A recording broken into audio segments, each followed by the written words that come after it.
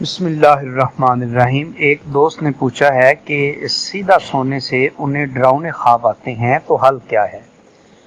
جواب یہ ہے کہ خواب کا آنا اس کا تعلق سیدھا سونے سے یا دائیں کروٹ پر سونے سے یا بائیں کروٹ پر سونے سے نہیں ہے۔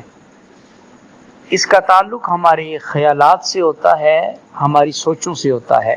آپ سے گزارش ہے کہ آپ اپنی نیت، اپنی سوچ صاف رکھیں، پازیٹیو سوچیں، اپنے ذہن سے ہر قسم کے برے خیال کو، بری سوچ کو، بری نگاہ کو دور کریں، اچھا سوچیں، اچھے خیال دیکھیں، اچھے پلان کریں، تو انشاءاللہ آپ کو برے خواب نہیں آئیں گے۔